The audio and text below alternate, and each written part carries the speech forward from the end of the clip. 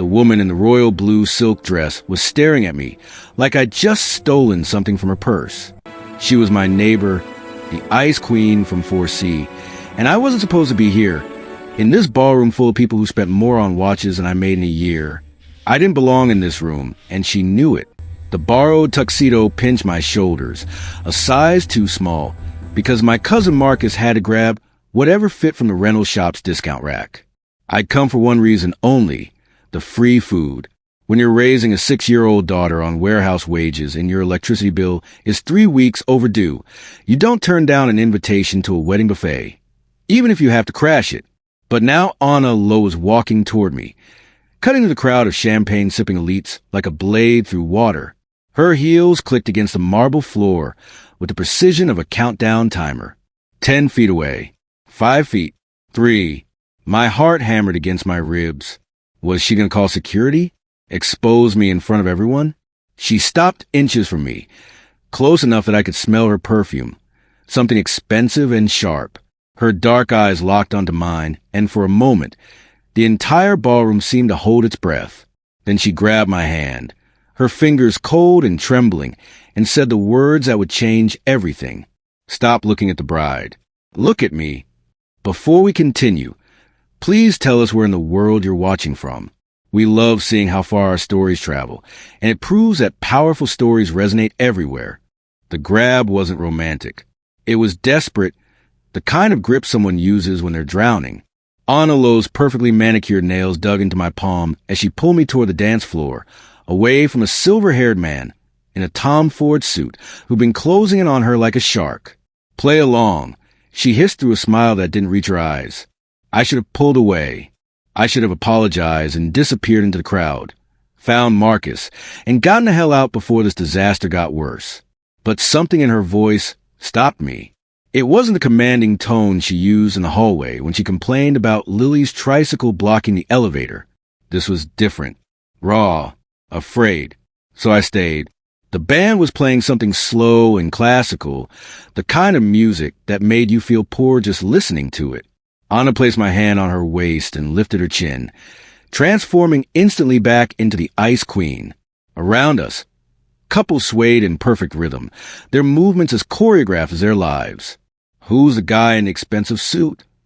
I asked, keeping my voice low. Julian Vane, investor, vulture, and the man who thinks he could buy my company by marrying me. Her jaw tightened. He's been circling me all night. I glanced over her shoulder. Julian Vane was watching us from across the room, his expression unreadable, but his posture radiating ownership, like he was watching someone play with his property. And I'm what, your human shield? You're my neighbor who happens to be here. She met my eyes. Thank you for not running. The song ended. The applause was polite and measured, the sound of money clapping for money. Anna's grip on my hand loosened, but she didn't let go. Anna, darling. Julian Vane materialized beside us, his smile sharp enough to cut glass. Who's your friend? Andrew Hubbard. Anna said smoothly. My date. The lie hung in the air between us, impossible and absurd. Julian's eyes flicked over me, taking in the too-tight tuxedo, the calluses on my hands, the way I stood like someone ready to run. His smile widened. Charming. I didn't know you were seeing anyone. There's a lot you don't know about me, Julian. He laughed, a sound like ice cubes in an expensive whiskey. I suppose there is. Well, enjoy your evening. He leaned closer to Anna, dropping his voice to a whisper that I could still hear. We'll talk later about the merger. I think you'll find my offer very compelling. He walked away, and Anna's shoulders sagged for just a second before she straightened again. I need to leave, she said. Will you walk me out? The night air hit me like a slap after the suffocating warmth of the ballroom. We stood on the steps of the Plaza Hotel, and the city sprawled out before us, glittering and indifferent. Anna pulled a pack of cigarettes from her clutch, then stared at it like she'd forgotten what it was for. I didn't know you smoked, I said. I don't. I bought these 3 years ago during a board meeting from hell and never opened them. She tucked them back in her purse. Old habit. When things get bad, I think about smoking. Things are bad. She laughed, but there was no humor in it. Julian Vane wants to acquire my company. If I don't agree to his terms, he'll hostile take over it. If I marry him, he gets control either way. He's been courting me for 6 months, and tonight he made it clear time's up. I didn't know what to say. This was a world I didn't understand, where marriages were business transactions and companies were conquered like kingdoms. But I understood being trapped. I understood having no good options. So, what are you going to do? I don't know. She turned to me, and in the harsh streetlight, she looked younger, more vulnerable. Andrew, I need to ask you something, and I need you to think carefully before you answer. My stomach dropped. Nothing good ever followed words like that. Will you continue being my date? Publicly. Just for a few weeks. Until I can figure out how to handle Julian. I'll pay you $5,000 a week. The number hit me like a fist. $5,000. That was 3 months of rent. That was Lily's school supplies for the year. And the dental work she needed, and the electricity bill, and the gas bill and groceries that weren't ramen noodles. Why me? The question came out rougher than I intended. Because you're the only person in my life who doesn't want something from me. Everyone else, they see my company, my money, my connections. But you, she smiled sadly, you see the woman who complains about tricycles in the hallway. That's more honesty than I've gotten in years. I thought about Lily, asleep at Mrs. Chen's apartment down the hall, probably curled up with the worn stuffed rabbit she'd had since she was 2. I thought about the eviction notice I'd stuffed in my desk drawer, the one that said, we had 60 days to come up with 3 months back rent, or we'd lose the only home my daughter had ever known. Okay, I said, I'll do it. The first date was 3 days later, a charity gala at the Museum of Natural History. Anna sent a stylist to my apartment who took one look at my wardrobe and made a phone call. 2 hours later, I had a tuxedo that actually fit, Italian leather shoes that cost more than my monthly salary, and instructions on which fork to use for which course. Lily watched the transformation with wide eyes, sitting on the edge of my bed. Daddy, you look like a prince, she said. I knelt down, adjusting the bow tie that felt like a noose. Just playing dress-up sweetheart, like when you put on your princess costume. Are you going to see the Ice Queen? Lily, we don't call her that. But you do. I heard you tell Mrs. Chun. I sighed. Kids heard everything. Ms. Lowe isn't really an ice queen. She's just different from us. Is she pretty? The question caught me off guard. I thought about Anna in that royal blue dress. The way she looked at me like I was the only real thing in a room full of illusions. Yeah, I said quietly. She's pretty, could hide in the crowd. Here, I was on Anna's arm, visible, scrutinized. Every conversation felt like a test I was failing. People would ask what I did, and when I said I worked in logistics, Anna would smoothly redirect before they could probe deeper. Julian Vane was there, of course, watching us from across the room with a patient predator's gaze. He knows, I muttered to Anna during a break between conversations. Knows what? That I'm not one of you, that this is fake. Then we need to make it look real. She took my hand and led me to the dance floor. This time, when she placed my hand on her waist, it felt less like drowning and more like something else. Something dangerous. Tell me about your daughter, she said as we moved to the music. What? Lily, tell me about her. If we're going to do this, we should actually know each other. So I told her. I told her about Lily's obsession with dinosaurs, how she could name every species in the Cretaceous period. I told her about the time we'd spent an entire Sunday building a volcano for her science project out of newspaper and flour paste. I told her about the way she hummed when she was happy, this unconscious little melody that made everything feel okay. You love her very much, Anna said softly. She's everything. My father never talked about me the way you talk about her. There was something raw in Anna's voice. He talked about the company, about legacy, about building something that would last, but never about me. Not like that. Then he was an idiot. She looked up at me, surprised. Then she laughed, a real laugh that transformed her face.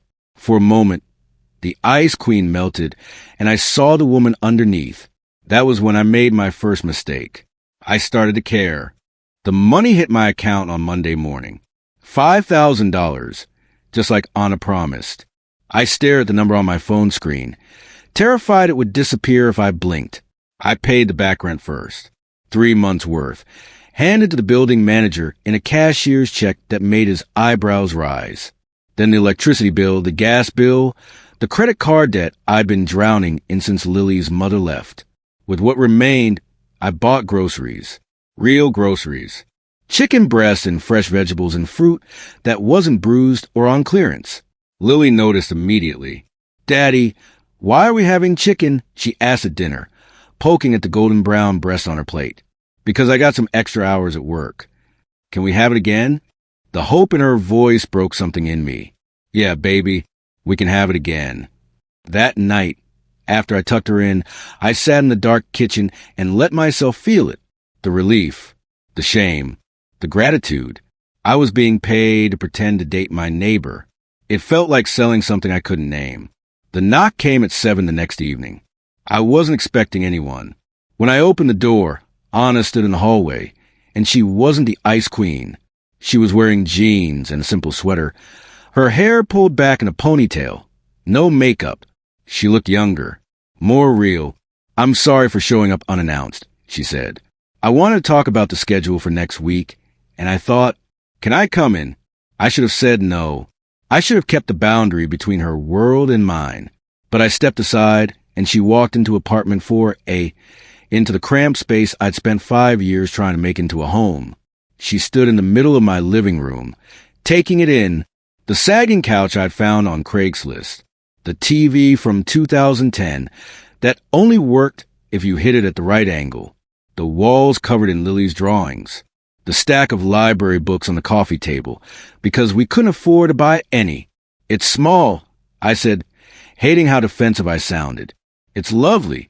Anna picked up one of Lily's drawings, a crayon masterpiece of a T-Rex eating pizza. "She's talented." "She's 6. Everything's a masterpiece when you're 6. "Where is she?" "Mrs. Chen's apartment. I have her watch Lily when I work late shifts." I didn't mention that Mrs. Chen only charged me $20 a night because she knew I couldn't afford real childcare. Anna set down the drawing carefully, like it was precious. "Andrew, I need to ask you something. And I need you to be honest." My chest tightened. Here it comes. The real reason she was here. "Why did you agree to this arrangement?" The question hung between us. I could lie. I could tell her I wanted to help, that I felt some noble obligation to protect her from Julian Vane.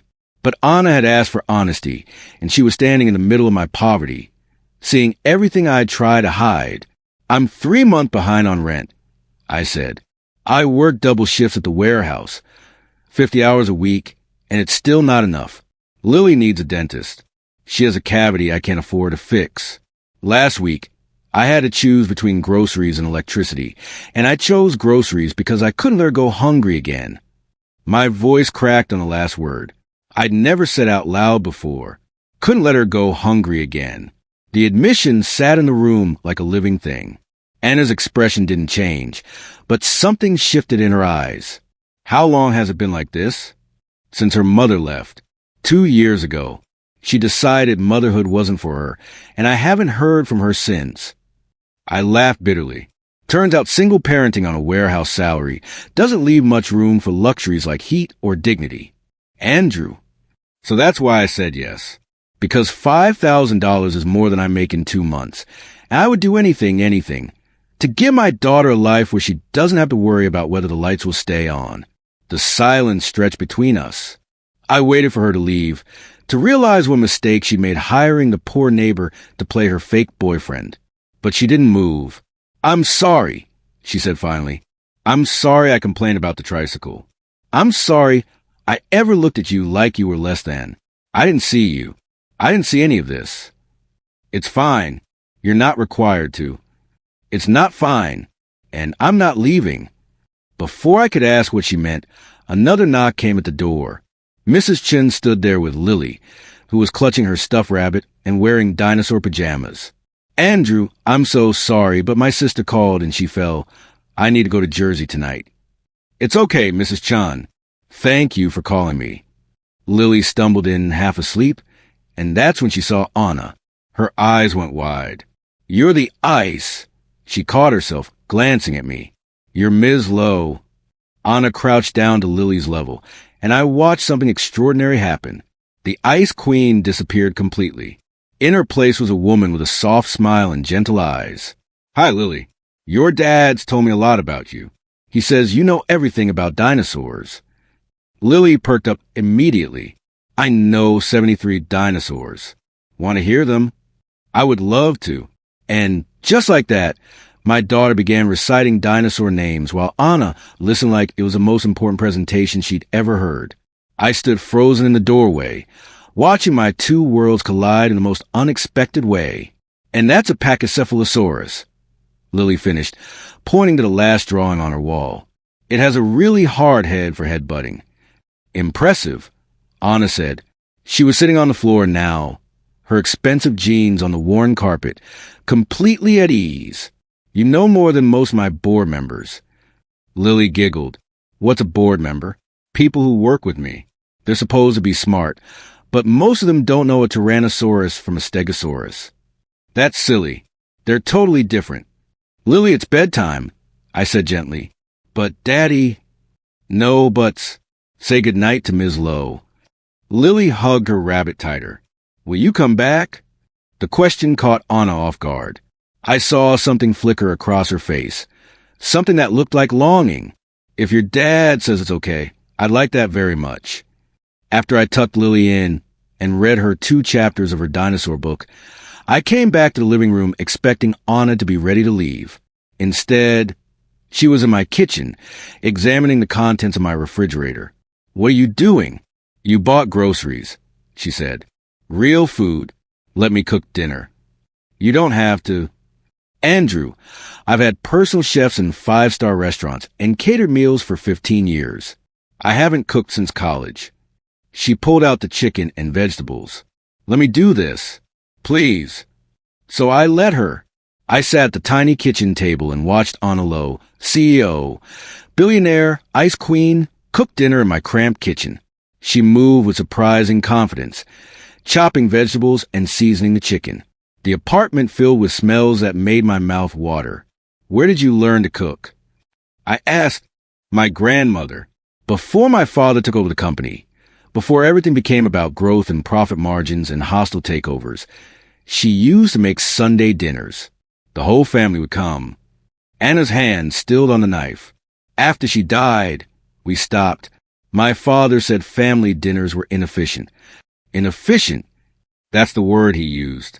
Everything was about efficiency, optimization, maximizing returns, including me. She resumed chopping. "I was supposed to major in business, marry someone from the right family, produce an heir, and run the company. My life was a strategic plan before I could walk." "Is that why you don't want to marry Julian?" "I don't want to marry Julian because he's a monster dressed in Armani, but also because—" She paused, measuring her words. "I spent my whole life being what other people needed me to be. My father's perfect daughter, the board's ruthless CEO, Julian's potential acquisition. I'm so tired of being a thing instead of a person." I understood that, not from wealth or corporate boards, but from the weight of being the poor neighbor, the struggling single father, the man who couldn't afford his daughter's dental work. We were both drowning, just in different oceans. The chicken was perfect. We ate at my small table. And for the first time since she grabbed my hand at the wedding, the silence between us wasn't awkward. It was comfortable, real. "Thank you for tonight," Anna said as she prepared to leave, "for letting me see this, for letting me meet Lily. She liked you. She doesn't usually warm up to strangers that fast. She's special. You're raising someone remarkable, Andrew." At the door, she hesitated. "The gala on Friday. Julian will be there, and he's going to push harder. We need to sell this, make him believe we're real." "How do we do that?" She looked up at me, and in her eyes I saw the same fear from the wedding. The fear of being owned, of losing herself. "By not pretending," she said softly. "I think that's the only way this works. If we stop pretending and start being honest." After she left, I stood in my clean kitchen, surrounded by the evidence of the meal we'd shared, and I realized something terrifying. This wasn't just an arrangement anymore. Somewhere between the wedding and tonight, between the dinosaur facts and the home-cooked meal, I started to care about Anna Lowe. Not the Ice Queen, not the CEO. The woman who'd sat on my floor and listened to a 6-year-old recite dinosaur names like they were the most important words in the world. I was following my neighbor, and I had no idea how to stop. Listen, if you're still here, it means you're invested. You want to see what happens next. But here's the reality. Most people watch stories like this and scroll away without subscribing. They enjoy it, then vanish. If this story actually matters to you, if you genuinely care about how it ends, hit that subscribe button. It only takes a second. Otherwise, you'll probably forget this channel exists and miss all the other incredible stories I share. The gala was different from the start. Anna held my hand as we walked in, not with the desperate grip of the wedding, but with something that felt like choice. We moved through the crowd together, and this time when people asked about me, I didn't flinch. Andrew works in logistics, Anna would say, and then she'd add, and he's an incredible father. You should hear his daughter talk about dinosaurs. It was such a small thing, but it changed everything. She wasn't hiding me. She was introducing me. Julian Vane found us during cocktail hour. He had 2 men with him this time, both wearing the kind of suits that cost more than cars. The muscle, I realized, not physically but financially. The kind of men who crush companies for breakfast. Anna, Andrew, Julian's smile was a blade. So glad you could make it. I wanted to introduce you to some associates. Marcus Chun and Robert Staller. They're very interested in your relationship. Something in his tone made my skin crawl. Our relationship isn't a business matter, Julian, Anna said coolly. Oh, but everything's a business matter, isn't it? Take Andrew here. He turned to me, and his eyes were full of calculated cruelty. You work at Morrison Logistics, don't you? Warehouse division. My blood turned to ice. He knew. He'd investigated me. I have a friend who works there, Julian continued, addressing the growing crowd around us. Says you're a hard worker, very dedicated. 50-hour weeks, double shifts. That kind of dedication must be exhausting, especially on a salary of, what was it, $42,000 a year.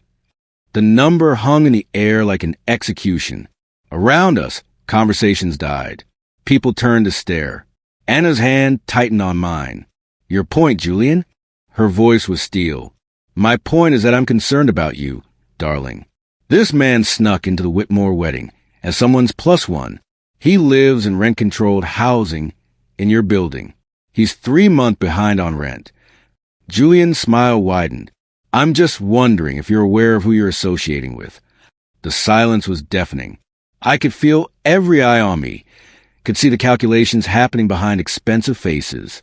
The poor warehouse worker dating the billionaire CEO, the charity case, the gold digger. Are you finished? Anna asked, and her voice could have frozen hell. I'm just looking out for you. No, you're trying to humiliate a good man because you can't stand that I chose him over you. Anna stepped forward, and the crowd parted for her like water. Let me tell you who Andrew Hubbard is. He's a man who works himself to exhaustion to provide for his daughter. He's a man who makes magic out of nothing, who reads bedtime stories at midnight after a 12-hour shift. He's a man who knows the difference between wealth and worth. She turned to face the crowd, and I'd never seen anyone look more powerful. Andrew is worth more than every person in this room combined because he knows what actually matters.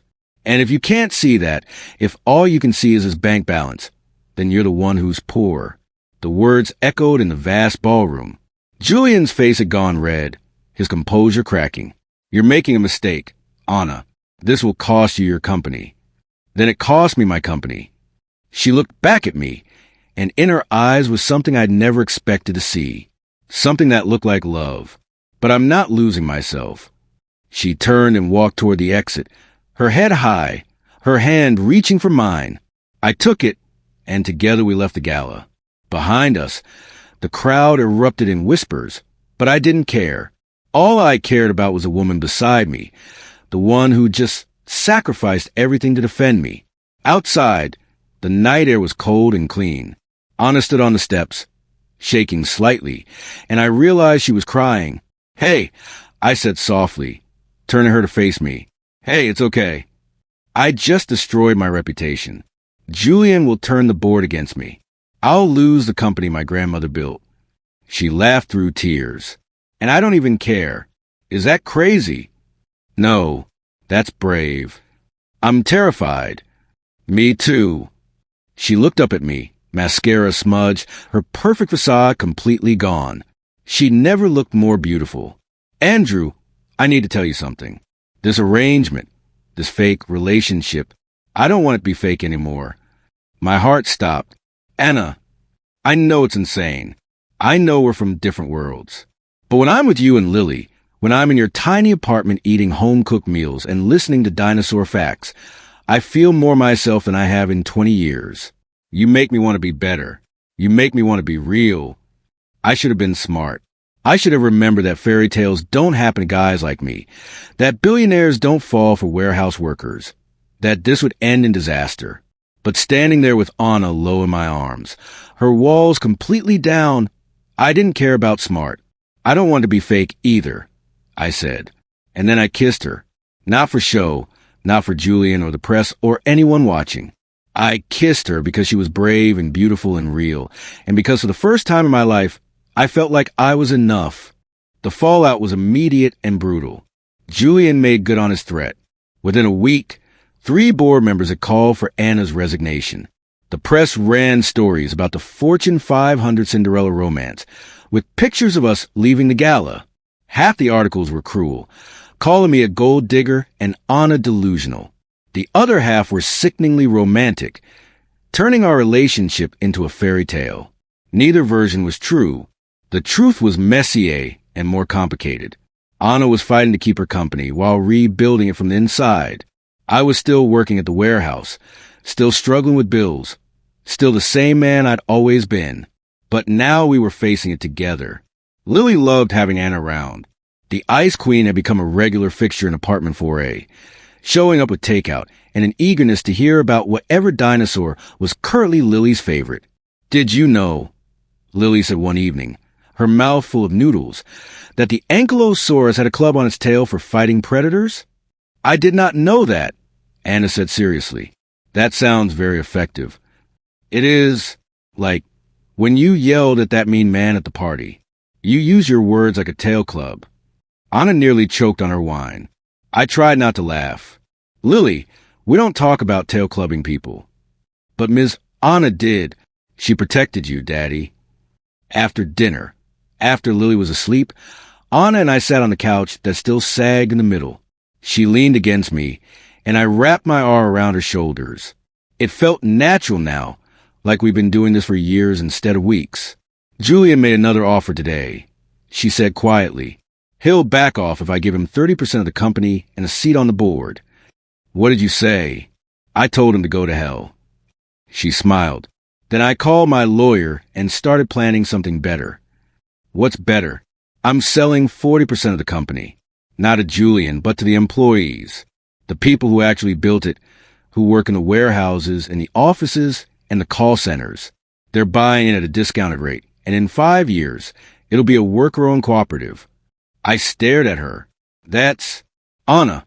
That's your grandmother's legacy. My grandmother believed businesses should serve people, not the other way around.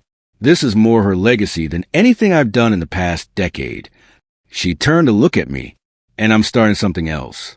A logistics company focused on ethical practices and fair wages. I want you to help me run it. I don't know anything about running a company, but you know what workers need. You know what fair treatment looks like. I need someone who understands that, who won't let me lose sight of what matters. I'm a warehouse worker. You're more than that. You always have been. I just needed you to see it. She took my hand. Andrew, you taught me that worth isn't measured in bank balances. Let me help you build something that proves that. I thought about it. About Lily having stability, about working in a place that valued people over profit, about building something meaningful with the woman I loved. Okay, I said, let's do it. 6 months later, everything had changed and nothing had changed. I still lived in apartment 4A, because it was home, and because Lily's drawings covered every wall. But the rent was paid, and there was food in the fridge, and Lily had gotten her cavity filled in braces for the teeth that would need them. Anna still lived in 4C, but the walls between us were gone. We had keys to each other's apartments. She kept a toothbrush in my bathroom, and I kept a change of clothes in hers. Lily had started calling her Ms. Anna instead of the Ice Queen, which I counted as progress. The new company was small but growing. We called it Cornerstone Logistics, and we paid living wages and offered health care and treated people like they mattered. It wasn't making us rich, but it was making a difference.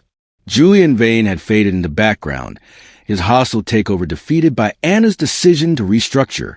The board members who'd called for her resignation had resigned themselves. She was building something new, and she was doing it her way. But the best changes were the small ones. Sunday dinners at my place with Lily teaching Anna how to make the perfect paper dinosaur. Movie nights where we'd fall asleep on the couch, Lily between us, the TV still playing. Mornings where Anna would show up with coffee and croissants before I left for work, just to see me for 5 minutes. We were building a life together, one meal, one moment, one honest conversation at a time. Daddy, can Miss Anna come to my school presentation? Lily asked one morning over breakfast. I don't know, sweetheart. She's pretty busy with work. I'm never too busy for dinosaurs, Anna said, walking in with her own key. She'd started doing that, just showing up like she belonged. Because she did. What's a presentation? We have to present our favorite animal, and why it's important to Earth's ecosystem. Lily beamed. I'm doing the Pachycephalosaurus. Of course you are. Anna sat down at the table like this was routine, like she was family. I wouldn't miss it for the world. Lily threw her arms around Anna's neck, and I watched my daughter hug the woman who'd been a stranger just months ago, the woman who'd seen me at my lowest, who defended me when I couldn't defend myself, who'd chosen me when it cost her everything. Later, after I dropped Lily at school and Anna and I were walking to the subway together, she stopped on the sidewalk. What is it? I asked. I was thinking about the wedding, about the moment I grabbed your hand and told you to stop looking at the bride. What about it? I was so focused on running from Julian, on avoiding my father's legacy, on escaping the life everyone wanted me to live. I was looking at the bride, at this perfect image of what I was supposed to be, and I couldn't see what was right in front of me. What was in front of you? She smiled, and it was a smile that had cracked the Ice Queen's mask completely. You, the most honest, genuine person I'd ever met. And all I had to do was stop looking at the fantasy and look at the real thing. I pulled her close, there on the busy sidewalk with people rushing past us, and kissed her like I'd kissed her on the gala steps, like she was the most precious thing in my world. Because she was. I love you, I said, the words coming out rough but true. I love you too. Even if your couch is terrible and your TV only works at the right angle. The couch is a classic.